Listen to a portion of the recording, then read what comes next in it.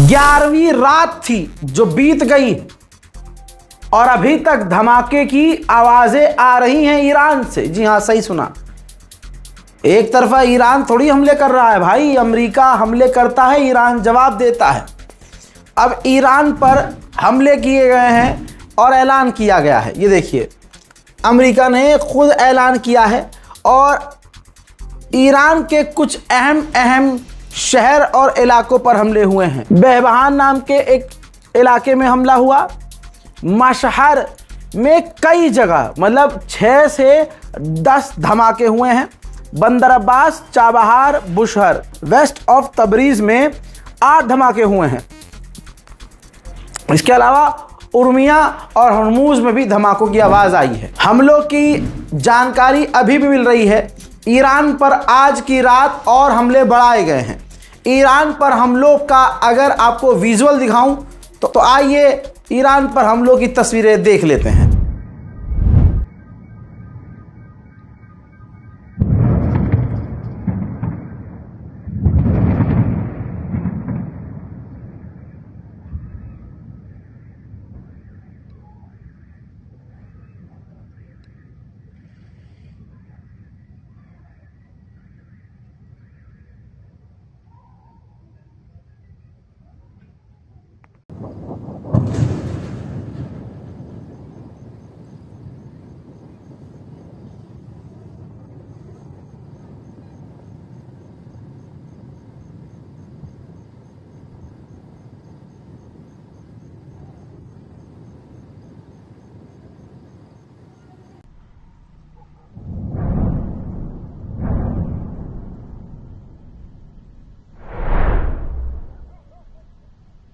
अल्लाह अकबर। इसके बाद ईरान कैसे चुप रहे?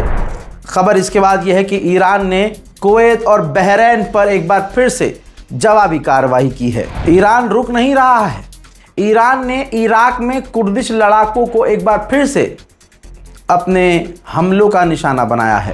हजरात, ईरान ने आज फिर से इराक में कुर्द के लड़ाकों को, कुर्द के आतंकियों को इस तरह से निशाना बनाया कि जब आज फिर से कुर्द के बेस पर हमला हुआ, पहाड़ों में छुप के रहते हैं, तो पूरे पहाड़ पर आग लग गई।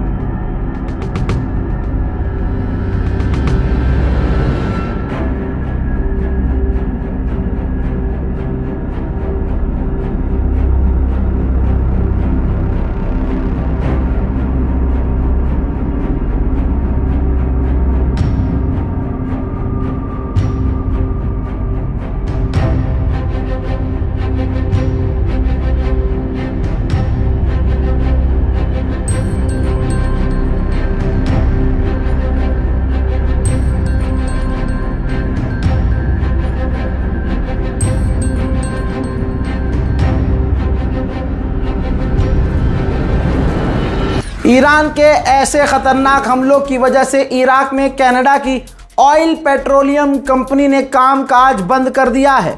ईरान ने फिर से याद दिलाया है कि जो भी जहाज हरमुज से गुजरेगा सबसे पहले वो हमसे कोऑर्डिनेट करे, वरना नुकसान होगा। मोहतरम हज़रात, अमरीकी और यहूदियों की बात ही मैच नहीं कर रही है। इजराइल ने कहा कि ईरान अभी ठीक पोजीशन में है और वो हमले कर रहा है। अमरीकी इंटेलिजेंस ने भी कह दिया कि भैया ईरान सही पोजीशन में है। अब इधर अमेरिका के डिफेंस मिनिस्टर का कबूलनामा आ गया। इस वीडियो में अमेरिका के डिफेंस मिनिस्टर ने तमाम जो पक्ष विपक्ष के सेनेटर्स बैठे हैं वहाँ सबके सामने कह दिया कि हम मानते हैं, यानी हम जानते हैं कि ईरान के पास अभी कैपेबिलिटीज़ है, ईरान लड़ने की क्षमता रखता है, लेकिन हमने ईरान को आज की तारीख में इतनी चोट पहुंचा दी है कि उसे सालों साल लग जाएगा रिकवर होने में। यानी कल तक गुलाबी सुअर कह रहा था, अरे इससे पहले के अपडेट में मैंने सुनाया जिसमें गुलाबी सुअर ने कहा कि हमने ईरान को कमज़ोर कर दिया है, ईरान को मिटा दिया है, फौज ख़त्म कर दी है। ऐसी बातें गुलाबी सुअर महीनों से कर रहा है।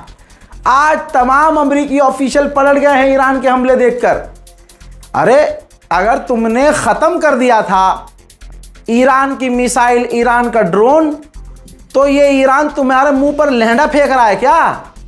तो अब इन तमाम चीज़ों की वजह से अमेरिकी ऑफिशियल धीरे धीरे ये कह रहे हैं कि नहीं, ईरान के पास अभी कैपेबिलिटीज़ बाकी है, तभी वो हमले कर रहा है। आगे इन्होंने ये भी कहा कि ईरान की मदद रशिया और चाइना दूसरे तरीकों से कर रहे हैं।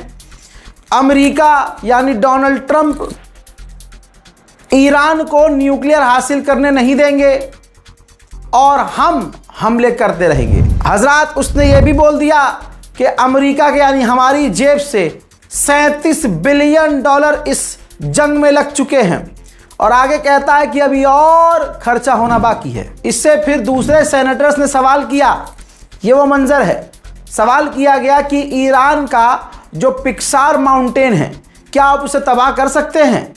तो अमेरिका के डिफेंस मिनिस्टर ने कहा कि हमारे पास अभी भी खुफिया ऐसे हथियार हैं जो क्लासिफाइड है, जिसकी जानकारी किसी के पास नहीं है। अगर पूरी दुनिया में वो काम कोई कर सकता है तो वो सिर्फ हम कर सकते हैं, यानी ईरान के माउंटेन को हम तबाह कर सकते हैं। अब गुलाबी सुअर का पालतू आगे बोलता है, ये जंग हमने शुरू नहीं की है, ये ईरान ने जंग 40 साल 41 साल पहले शुरू की थी। फिर आगे इसने कहा कि हॉर्मूज हम कंट्रोल कर रहे हैं। हंसना नहीं यार, है ना, शेयर कर देना। आगे इसने जानकारी देते हुए कहा कि ईरान की काफ़ी सारी हमने मिसाइल्स और उसके जो स्टोरेज हैं तबाह कर दिए हैं, लेकिन अभी भी ईरान के कई सारे अंडरग्राउंड मिसाइल बेस मौजूद हैं। हज़ार सेनेटर्स के अध्यक्ष ने पूछा इनसे, लाइक सभापति पूछते हैं कि क्या हमने ईरान के वाटर प्लांट पर हमला किया है? यहाँ पर गुलाबी सुअर का पालतू कुत्ता फंस गया। अगर बोलता हाँ तो अमेरिका में ही आलोचना शुरू हो जाती। तो कहता है ये डिफेंस मिनिस्टर हराम का जाना कि हमें मालूम नहीं है।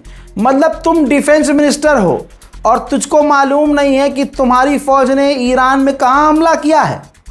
इस तरह से दोस्तों बेवकूफ़ अच्छे से समझ पा रहे होंगे तानाशाही किसे कहते हैं। दिल्ली में छात्रों को अब ये चीज़ें, ये खबरें समझ में आ रही होंगी।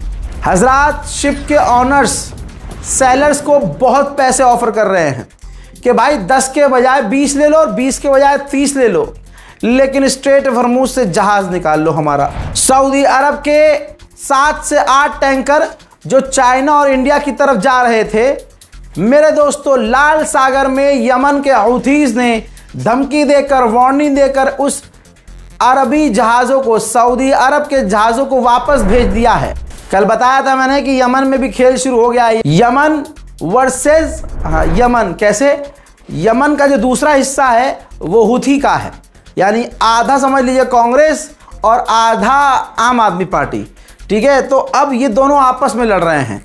जिन जगहों पर कांग्रेस है वहाँ उन्होंने कब्जा किया हुआ है, और जहाँ वो है आम आदमी, उन्होंने अपना कब्जा किया हुआ है। एग्जाम्पल दे रहा हूँ। तो सऊदी अरब क्या करता है? यमन की सरकार को सपोर्ट करता है। यमन की सरकार विपक्ष के लोगों से, जैसे हूथी हैं, उनसे कैसे हाथ मिलाएंगे? नहीं मिला सकते। तो हूथी और यमन की ऑफिशियल गवर्नमेंट ऐसे है। तो यमन की गवर्नमेंट को सऊदी अरब सपोर्ट करता है, हथियार देने की बात की और वो देता भी है। अब खेल देखिए, यमन की सरकार ने ऐलान किया है, धमकी दी है कि हम चाहें तो हूथीज़ ने जो हमारे मुल्क पर कब्जा किया है, इनसे जंग लड़कर इनसे कब्जा खत्म करवाने के लिए तैयार हैं। रिपोर्ट में यह दर्ज हो गया है कि सऊदी अरब जितनी भारी मात्रा में तेल एक्सपोर्ट कर रहा था, बेच रहा था, उसकी मात्रा घट गई है। तेल का एक्सपोर्ट सऊदी अरब के द्वारा कम हो गया है। यहाँ तक कि रिपोर्ट यह है कि हूथी संगठन जहाज़ों को ईमेल कर रहे हैं। जो कंपनियां जहाज़ चलाती हैं लाल सागर में, उनको मैसेज कर रहे हैं, ईमेल कर रहे हैं कि सऊदी अरब के लिए अगर आप काम कर रहे हैं तो लाल सागर में आना नहीं। जाहिर सी बात है, ये होना ही था। अरब लीग ने सऊदी अरब को और यमन को सपोर्ट किया है। उधर लेबनान पर आदत से मजबूर इजराइल ने कोई ऐसा दिन नहीं छोड़ा है जब हमले ना किए हों। लेबनान पर इजराइल का हमला देख लीजिए। इजराइल और अमेरिका इस मुद्दे पर भी काम कर रहे हैं कि जैसे तैसे हिजबुल्लाह से भी हथियार दलवा दिए जाएं। उधर लीजिए, डोनाल्ड ट्रंप ने कह दिया कि सीरिया का राष्ट्रपति जोलानी हिजबुल्लाह से लड़ना चाहता है। अब सुनिए, लेबनान के अंदर इजराइल के फौजियों ने लेबनान के फौजियों पर ओपन फायर किया है। दोस्तों, आपकी स्क्रीन पर यह टकला जो बैठा हुआ है, यह लेबनान का राष्ट्रपति है और चुना गया जनता के द्वारा नहीं है, चुना गया डोनाल्ड ट्रंप के द्वारा है। तो डोनाल्ड ट्रंप ने इसे बुलाया था, ये मीटिंग का मंजर है। जोलानी की सरकार ने अपने बाप को खुश करने के लिए वीडियो जारी किया है और बताया है कि हमने हथियार सीज किए हैं, जो कि हमारे रास्ते से, सीरिया के रास्ते से हिजबुल्लाह तक हथियार ले जाया जा रहा था, हमने उसे सीज किया है। ऐसा कैसे हो सकता है कि इजराइल अपने हरामीपने से बाज आ जाए? इजराइल ने गज्जा पर फिर से हमला किया है, फिर से बमबारी की है, जिनमें लाश आप देख रहे हैं। कई लोगों के मारे जाने की कंफर्मेशन आ रही है और कम से कम 20 से 30 लोग बुरी तरह से घायल हैं। हजरात, सैटेलाइट इमेज से देखिए, इजराइल गज्जा के अंदर बीच में बिल्कुल दीवार बनाना शुरू कर चुका है ताकि गाजा को 2 हिस्सों में बांटा जा सके। बात अगर गज्जा की आई है तो बता दूं कि इस बारकोड का इस्तेमाल कीजिएगा। लोग कह रहे हैं कि भाई बारकोड काम नहीं कर रहा है, तो कोई बात नहीं है, डायरेक्ट अकाउंट डिटेल नीचे दिया गया है। मेरी टीम जितना कर सकती है हम बिना शोर मचाए कर रहे हैं। जो हमारे दिमाग में बस ये होता है, भाई एक वक्त का खाना अगर बच्चे खा लें तो हमें बड़ा सुकून मिलता है, दिल को हमें बड़ी अच्छी नींद आती है। हर चीज़ दुनियादारी नहीं होती है कभी, उनके लिए कौन बोलने वाला, कोई नहीं भाई। तमाम मदद तमाम संगठन रोक चुके हैं क्योंकि उन पर बैन लग चुका है। बहरहाल मेरे दोस्तों, अमेरिकी सेनेटर कह रहे हैं, ये हैं अमेरिकी सेनेटर, पब्लिक में खड़े हो कह रहे हैं कि हमें डोनाल्ड ट्रंप की सरकार को सपोर्ट करना बंद करना होगा।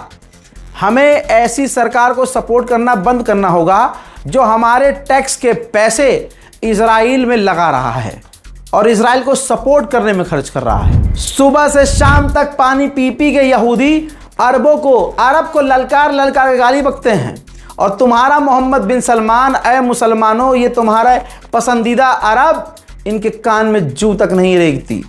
मेरे दोस्तों, गाजा के बॉर्डर पर पहुंचकर कब्जा करने वाली मंत्री, पूरी दुनिया में वाहिद एक ऐसा देश इजराइल है जहां कब्जा करने के लिए मंत्री बनाए गए हैं। वो देश का ही देश होगा, वो तो फिर कब्जे से ही बना होगा, लॉजिक लगाइए।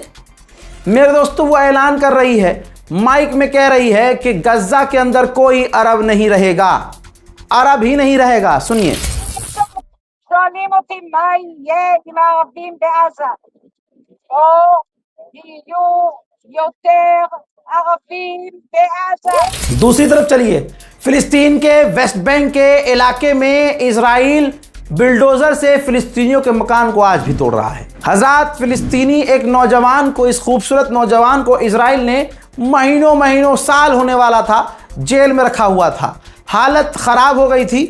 जब इसे रिहा किया गया बेचारे को, इतनी हालत खराब कि भैया ये बचा ही नहीं और शहीद हो गया। दूसरी तरफ आइए, अंधेरा होते ही इजराइल क्या करते हैं, फिलिस्तीनियों के मकानों में आग लगा देते हैं। जैसे दिल्ली के जंतर मंतर में आज छात्रों को समझ में आ रहा होगा कि मुसलमान भारत में क्या फील करता है। सरकार का बस नहीं चल रहा, वरना छात्रों को सीनों पर और सर पे गोली मरवा दे। भाई, लठ के अंदर कील गाड़कर दिल्ली पुलिस बच्चों के जिस्मों को फाड़ रही है। दिल्ली पुलिस महिलाओं के पिछवाड़े में डंडा कर रही है क्योंकि इनकी औकात। तुमको क्या लगता है दिल्ली में इतना क्राइम क्यों हो रहा है? दिल्ली पुलिस के अंदर ही जब क्रिमिनल मौजूद हों, गंदे सोच के, रेपिस्ट सोच के लोग मौजूद हो, तो मेरे तमाम बहनें जो कल तक मुसलमानों और दलितों पर हो रहे जुल्म पर भी चुप थीं, आज वो प्यारी खूबसूरत लड़कियां लट खाकर रो रही हैं। मुसलमानों से मेरी एक फिर अपील है जो सीजेपी में जा रहे हैं कि भाई आप पहले नंबर पे निशाने पे हैं, संभल कर रहिए, संभल कर बोलिए, सोच समझ के बोलिए। उधर नीदरलैंड ने बड़ा काम किया है। नीदरलैंड ने भी ऐलान कर दिया है कि इजराइल ने जहां जहां फिलिस्तीनियों की ज़मीन पर कब्जा किया वहां फैक्ट्रीज और कंपनी बना ली, हम उन कंपनियों के साथ काम नहीं करेंगे। ममदानी ने 22वीं मर्तबा रिपीट कर दिया, जब से आया है ये आदमी इसने बार बार ये बोला है। फिर से ममदानी ने स्पीच में कहा है कि अगर नेतन्याहू न्यूयॉर्क में आया तो हम उसे गिरफ्तार कर लेंगे। मेरे दोस्तों, इतना बौखला गया इस बयान से, इजराइल के यूएन के एनवॉय ने कहा है कि ममदानी कुछ नहीं कर सकता, इसी जगह पर आकर नेतन्याहू भाषण देंगे। मोहतरम हजरात, इस वीडियो को शेयर कीजिए, अपनी राय कमेंट में लिखिए। दिल्ली में हो रहे प्रदर्शन में जिन बच्चों पर आतंकी हमले हो रहे हैं, दुआ कीजिए उनकी सेहत के लिए, दुआ कीजिए उनकी कामयाबी के लिए। हिंदू, मुस्लिम, सिख, ईसाई ये सारे के सारे हैं भाई भाई, लेकिन मुसलमानों को जिस तरह से मारा पीटा गया, आज तमाम हिंदू भाइयों को सोचना चाहिए कि तुम तो आज पहली बार झेल रहे हो, हिंदुस्तान के मुसलमान कितना झेलते आए हैं। वक्त ये आ गया है कि अब सबको एक होना होगा। ये जो देशभक्ति है ये अलग धर्म है, ये जो आज सब एक इकट्ठा हैं यही हिंदुस्तान है। लेकिन इकट्ठा होने में जो सबसे कानी उंगली है यानी जो मुसलमान है, तो इन चारों को सोचना चाहिए कि हम इनके आगे खड़े हों, इन पर अब कोई आंच नहीं आनी चाहिए, हम सब एक हैं। इस रिपोर्ट को शेयर कीजिए, दुआओं में याद रखिए। जय हिंद।